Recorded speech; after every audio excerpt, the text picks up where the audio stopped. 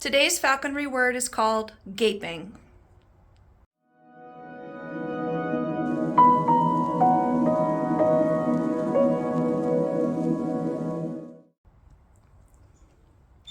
So here's Charlie, my red-tailed hawk. She is, let's see, you were hatched in 2011, so you are now, it's 2024. You're 13? Are you 13 years old? Did I do math right? She's looking at her feet right now. She has a broken leg that healed the wrong way before she was found in the wild, so we don't know how it happened, but there's no fixing it now. So don't be alarmed, that is actually her normal. Today I wanted to talk about gaping, or a gape. So gaping can be a noun or a verb, actually, when referring to birds. The gape itself is where the two pieces of her mouth meet at the back corner. You can see hers is a bright yellow. You can see it very well when she opens her mouth. So that piece of yellow in the corner back there, what are you doing? Back by her eye, that is considered her gape. Gaping is a thing that baby birds do. Occasionally she'll do it for different reasons, but baby birds, when they open their mouths really wide, I have no idea what she's looking at. You are so cute. When they open their mouths really wide and make that kind of begging gesture, that is the verb version of gaping.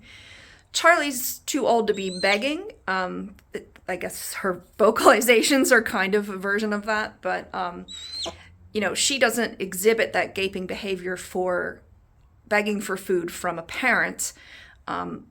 She is not an imprint, even though she's so vocal towards me. She does know she's a bird, at least in some degree. So,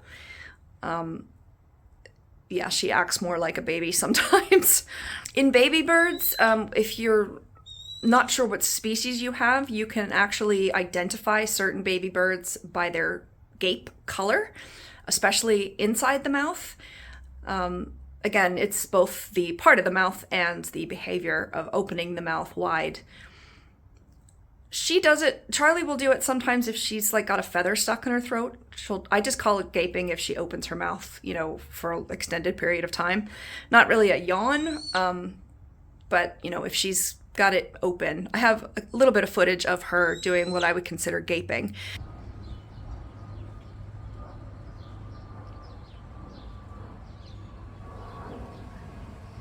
I also have some pictures of a starling nestling.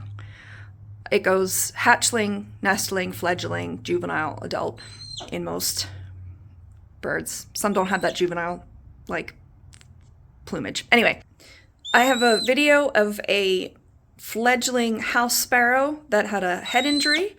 I took it in for the night. It survived the shock, and it still had a pretty prominent gape, meaning the outside corner of its mouth.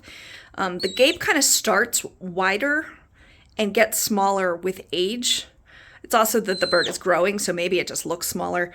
But starlings, especially European starlings, are born with this just goofy looking huge gape.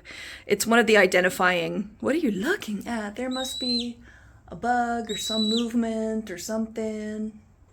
So with European starlings, that huge yellow, ridiculous-looking gape is actually one of their identifying features.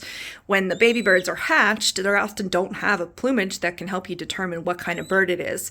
But the gape, inside the mouth, can actually determine, can help you determine what species you're working with, which is really important if you're a rehabber and you're trying to, figure out what healthy diet to raise the babies that might be orphaned or injured.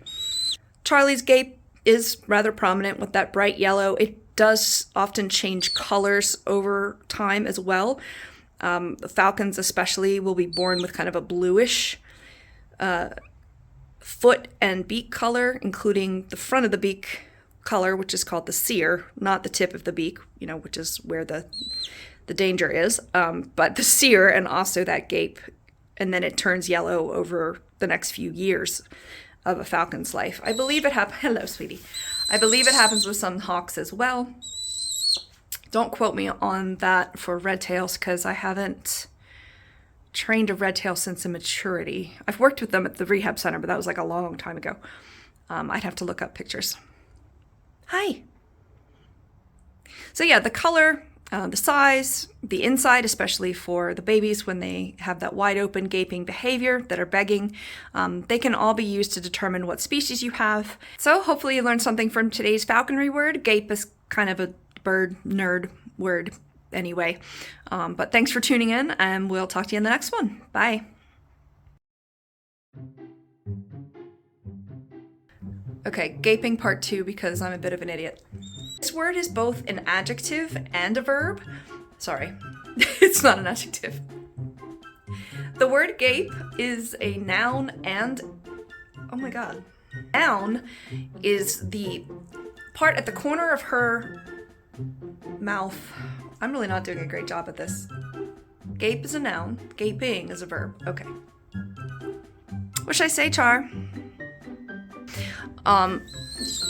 No, I just moved my hand, so she's looking. She's looking at me. You are so cute. She's such a good girl. Falconry word. What's gape? Num nums. Yeah. So yeah, thanks for something.